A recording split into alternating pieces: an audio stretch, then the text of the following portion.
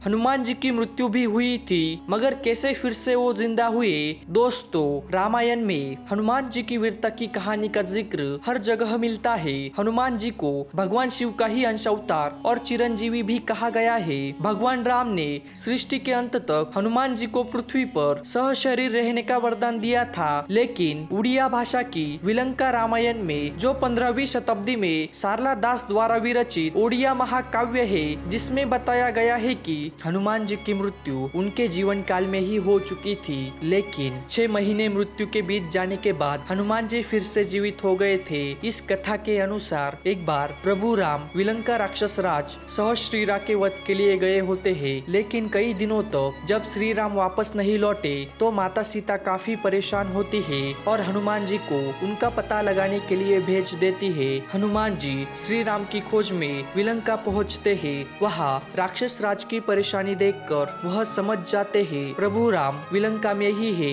लेकिन तमाम कोशिशों के बाद भी हनुमान जी को श्री राम का पता नहीं चल पाता। इसके बाद हनुमान जी राजभवन से बाहर निकलकर नगर में भगवान राम की खोज में निकलते हैं। उधर राक्षस राज ने विलंका के द्वार पर एक ग्राम देवी को नियुक्त कर रखा था, जो शत्रुओं को पहचान कर उनका अंत कर देती थी। इसके अलावा उत्तर द्वार पर स्थित विष का सरोवर था, वही उसके दक्षिण की ओर एक और तालाब था। जब भी कोई व्यक्ति मित्र भाव से तालाब का जल पीता था तो वह आसानी से दुर्ग में प्रवेश कर लेता था, लेकिन शत्रु भाव से जल का पान करने वाले व्यक्ति की मृत्यु हो जाती थी। जब हनुमान जी उत्तरी द्वार पर पहुंचे और राम जी के बारे में सोचने लगे, उसी समय ग्राम देवी की भेंट पवन पुत्र से हुई। उन्होंने पहचान लिया कि यह तो श्री राम के सेवक है। इसके बाद ग्राम देवी हनुमान जी के गले में बैठ गई, जिससे हनुमान जी का गला प्यास से सूखने लगा। तब पवन पुत्र ने जलपान किया